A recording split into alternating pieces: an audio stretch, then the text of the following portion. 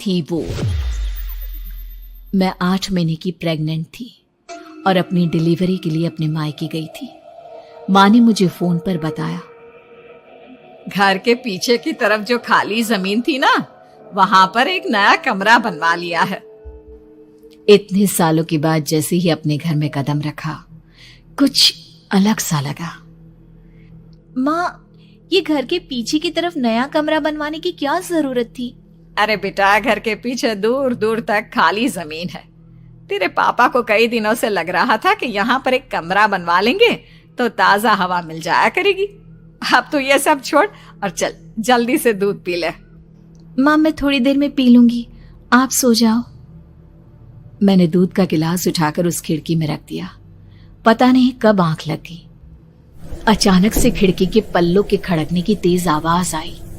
दूध का गिलास धड़ाम से जमीन पर आ गिरा। जमीन पर गिरते ही दूध का रंग लाल हो चुका था। मैंने खिड़की से झांक कर बाहर देखा। चारों तरफ धूप अंधेरा था। उस अंधेरे की तरफ से कुछ आवाजें आ रही थी, जैसे छोटे बच्चे आपस में खिलखिलाकर मस्ती कर रहे हो।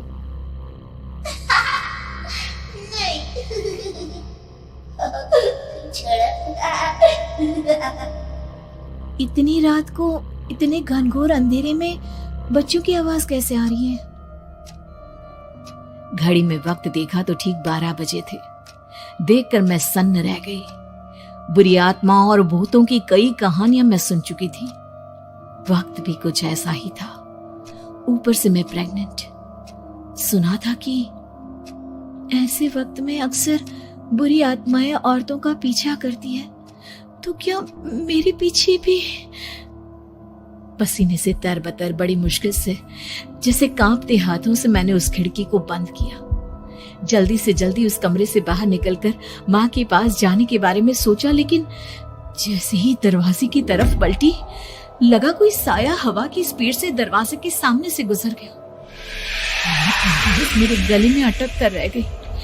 मैं जोर से चीख कर माँ को बुलाना चाहती थी, लेकिन वो आवाज खुद मेरे कानों तक नहीं पहुंच पा रही थी। तो माँ तक कैसे पहुंचती? खिड़की के पल्ले एक बार फिर तेज हवा के झोंके से धड़ाम करके खुल गया और पूरी ताकत से मैं चीख पड़ी। जानती थी मेरी चीख की आवाज सुनकर कुछ ही सेकंड में माँ वहां पहुंच जाएगी, लेकिन ऐसा कुछ हुआ ही नहीं। मेरा कलेजा डर के मारे फटा जा रहा था। आखिर माँ ने मेरी आवाज क्यों नहीं सुनी? इतनी गहरी नींद में तो माँ कभी नहीं सोती।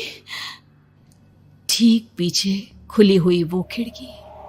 मुझ में इतनी ताकत नहीं बची थी कि मैं पलटकर उस तरफ देख भी सकूं। हवा का एक सनसनाता हुआ झोंका उसी वक्त मेरे कानों से आकर टकराया। लगा जैसे किसी ने दबी हुई आवाज में धीरे से मुझसे कहा, चली जाओ यहाँ से। मैंने दोनों हाथ अपने कानों पर रख लिए और एक बार फिर ताकत लगाकर जोर से चीखने की कोशिश की। माँ! पापा! मेरी आवाज उस कमरे की दीवारों से टकराकर वापस मुझे ही सुनाई दे रही थी। जितनी ताकत के साथ मैंने चीखने की कोशिश की थी, कुछ ही देर बाद उससे कहीं ज्यादा तेज और दर्दनाक चीख मुझे सुनाई देने लगी। ये आवाज ठीक मेरे पीछे खिड़की से आ रही थी। वो आवाज मेरे कानों में पिघलते हुए लोहे की तरह गिर रही थी। उन आवाजों में हैवानियत थी।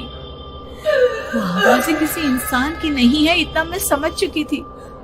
कांप रहे हाथों से मैंने अंधेरे में कुछ ढूंढने की कोशिश की। तभी अचानक मेरा हाथ बेड पर रखी टॉर्च पर पड़ा। किसी तरह ताकत लगाकर टॉर्च का बटन ऑन किया, लेकिन ये क्या? सामने दरवाजे पर 3 छोटी लड़कियां खड़ी हुई थी। उनके हाथ में स्टील के चमचमाते हुए चाकू थे।